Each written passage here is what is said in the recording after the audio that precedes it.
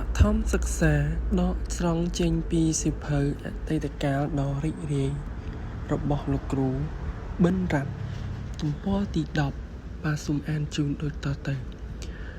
បឋមសិក្សាជាកន្លែងដែលខ្ញុំបានចាប់ផ្ដើមស្គាល់អក្សរកខគអនិងស្រៈអាស្រៈអេស្រៈអីស្រៈអឺរហូតដល់ស្រៈអដំបូងការគ្រានោះខ្ញុំមិនបានដឹងច្បាស់ថាទៅរៀនអក្សរទាំងអស់នេះដើម្បីអ្វីទេការទៅសាលាធ្វើឡើងទៅតាមទម្លាប់និងតាមការបញ្ជូនទៅរបស់អាណាព្យាបាលយើងប៉ុណ្ណោះប៉ុន្តែដោយសារមិនបានយល់ច្បាស់ពីតម្លៃនៃការរៀនសូត្រនិងប្រហែលមកពីមិនមានការដាក់កំហិតពីក្រសួងតម្រូវឲ្យពលរដ្ឋគ្រប់រូបត្រូវតែចូលរៀនយ៉ាងហោចណាស់ឲ្យចប់ថ្នាក់ទី9នេះហើយទើបបានជាបងខ្ញុំនិងកូនអ្នកភូមិផ្សេងទៀតមួយចំនួនរៀនមិនបានចប់ថ្នាក់ទី6ផងក៏ឈប់រៀនអស់ទៅកាលនៅបឋមសិក្សាលោកគ្រូតែងតែហៅខ្ញុំថាអាសក់បាសហើយខ្ញុំក៏ទទួលស្គាល់ខ្លួនឯងអ៊ីចឹងមែនព្រោះពេលនោះសក់ខ្ញុំមិនសូវស្គាល់រសជាតិក្រាស់ឬស្និទ្ធប៉ុន្មានទេអ្វីដែលខ្ញុំដឹងនៅពេលនោះគឺភ្ញាក់ពីដេកដើរសំដៅពីងទឹកហើយដួសទឹកមួយផ្តិលលុបមុខរួចដើរសំដៅទៅសាលារៀនបឋមសិក្សាជាពេលដ៏រីករាយមួយនៅក្នុងអនុស្សាវរីយ៍របស់អ្នករៀនសូត្របើទោះបីជាមិនមានប្រាក់ចាយគ្រប់គ្រាន់និងមានសម្ភារៈល្អប្រើប្រាស់ដូចសម័យឥឡូវនេះក៏ដោយ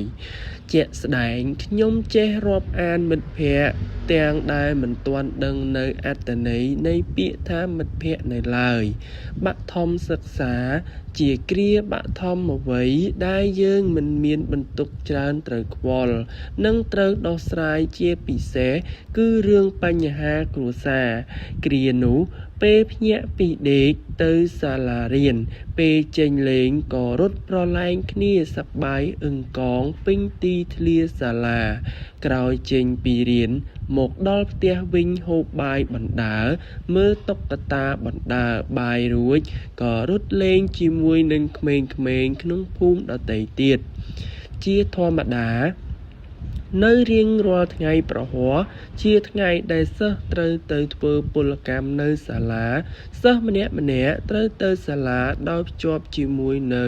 អំបោសចបបង្គីជាដើមការងារដែលយើងសម្រេចបាននាពេលនោះមានដូចជាការសម្អាតទីធ្លាសាលាការជួសជុលផ្លូវនិងការដាំដើមឈើជាដើមក្នុងរដូវប្រាំងពេលត្រឡប់មកពីសាលាវិញយើងមានពេលជីកកាប់រកក្តាមកណ្ដុរកង្កែបនិងបេះផ្លែរពាក់ជើងចាបផ្លែឈាមអន្ទួងព្រីងជាដើមក្នុងចំណោមអនុស្សាវរីយ៍ជាច្រើននៅបឋមសិក្សារឿងមួយដែលខ្ញុំចងចាំមកទល់សពថ្ងៃនេះគឺនៅពេលដែលខ្ញុំសរសេរពាក្យតាមអានខុសបន្ទាប់មកក៏ត្រូវរំពាត់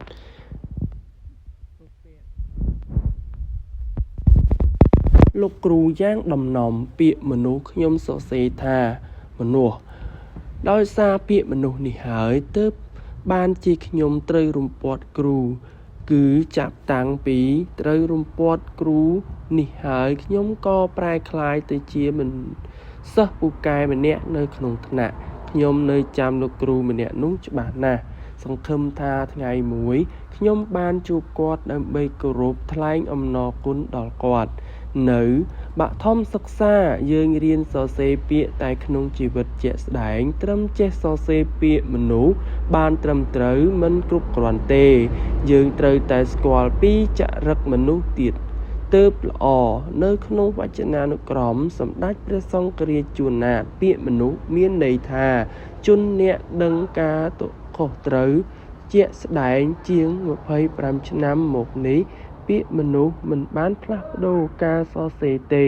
ប៉ុន្តែមនុស្សដែលខ្ញុំធ្លាប់ស្គាល់បាន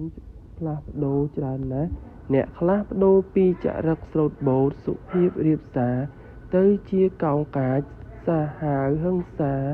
និយមតែក៏មានអ្នកខ្លះទៀតប្ដូរពីមនុស្សខ្ជិលច្រអូសទៅជាឧស្សាហ៍ពីមនុស្សល្ងង់ទៅជាឆ្លាតវាងវៃក៏មានដែរជារួមបើការផ្លាស់ប្ដូរនោះវិជ្ជមានវាជាការល្អប្រសើរ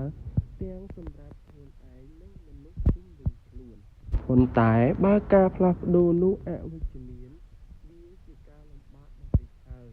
ការសរសេរពាក្យមនុស្សខុសប្រហែលជាងាយស្រួលជាងការមើលទុកចិត្តឬរាប់អានមនុស្សខុសបើសរសេរពាក្យខុសយ៉ាងច្រើនត្រូវរំពាត់គ្រូរួចលុបចេញហើយសរសេរម្ដងទៀតប៉ុន្តែបើសេពគប់